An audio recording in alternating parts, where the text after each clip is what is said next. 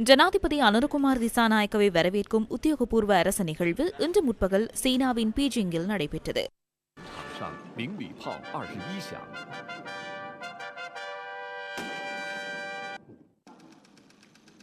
政治局委员、中央外事工。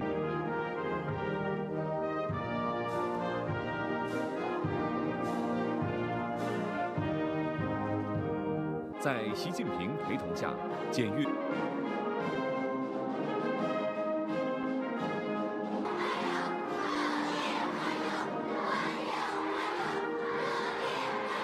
இரு ஜனாதிபதிகளின் சிநேகபூர்வ கலந்துரையாடலின் பின்னர் இருதரப்பு கலந்துரையாடல் ஆரம்பமானது.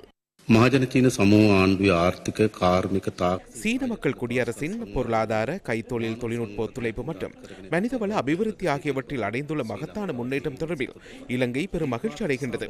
இருதரப்பு மற்றும் பலதரப்பு அமைப்புகள் உட்பட அனைத்து துறைகளிலும் ஒரே சீனா கொள்கைக்காக எமது அரசாங்கம் முன்னிற்கின்றது. பல தசாப்தங்களாக இலங்கையின் சமூக பொருளாதார வளர்ச்சியில் சீன குடியரசு முக்கிய பங்கை ஆற்றியுள்ளதுடன் இந்த விஜயம் எமது இரண்டு நாடுகள் மற்றும் மக்களின் முன்னேற்றத்திற்கான பலதரப்பு ஒத்துழைப்பை வலுப்படுத்தும் என நம்புகிறேன். சீன ஜனாதிபதியுடன் பயனுள்ள கலந்துரையாடலில் ஈடுபட்டதாக ஜனாதிபதி அனுரகுமார் திசாநாயக்க தனது எக்ஸ் தளத்தில் பதிவிட்டுள்ளார்.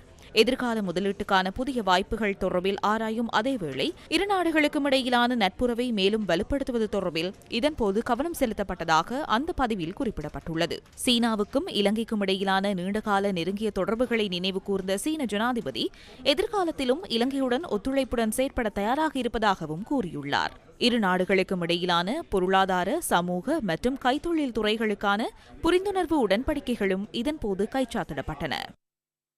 දෙරට අතර අවබෝධතා ගිවිසුම් 15කට අත්සන් තබනු ලැබුවා.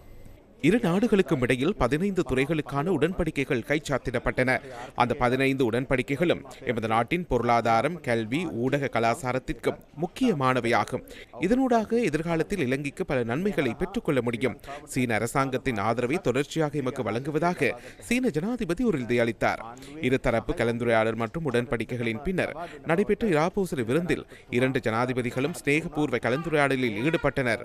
எதிர்காலத்திலும் பல்வேறு நிதியுதவிகளை பெற்றுக் கொடுப்ப தயாராக இருப்பதாக சீனா வாக்குறுதி அளித்தது. සහභාගී වෙලා ඉතා සුහද කතාබහක යෙදුණා. චීනය දිගටමත් ශ්‍රී ලංකාවට විවිධ ආකාරයෙන් ආධාර උපකාර කරන බවට අපිට පොරොන්දු වුණා. இதேவேளை ஜனாதிபதி அனுரகுமார் திசாநாயக்க சீன மக்கள் குடியரசின் ஸ்தாபகர் மாவோ சேதுங் நினைவிடத்துக்கு சென்று இன்று மலரஞ்சலி செலுத்தினார். சீன கம்யூனிஸ்ட் கட்சியின் வரலாற்றை பிரதிபலிக்கும் கண்காட்சியையும் ஜனாதிபதி அனுரகுமார் திசாநாயக்க இன்று காலை பார்வையிட்டதாக ஜனாதிபதி ஊடகப் பிரிவு தெரிவித்தது. இதனை அடுத்து சீனாவில் வரலாற்று பிரசித்தி பெற்ற குங் அரண்மனை அருங்காட்சியகத்தையும் ஜனாதிபதி அனுரகுமார் திசாநாயக்க பார்வையிட்டார்.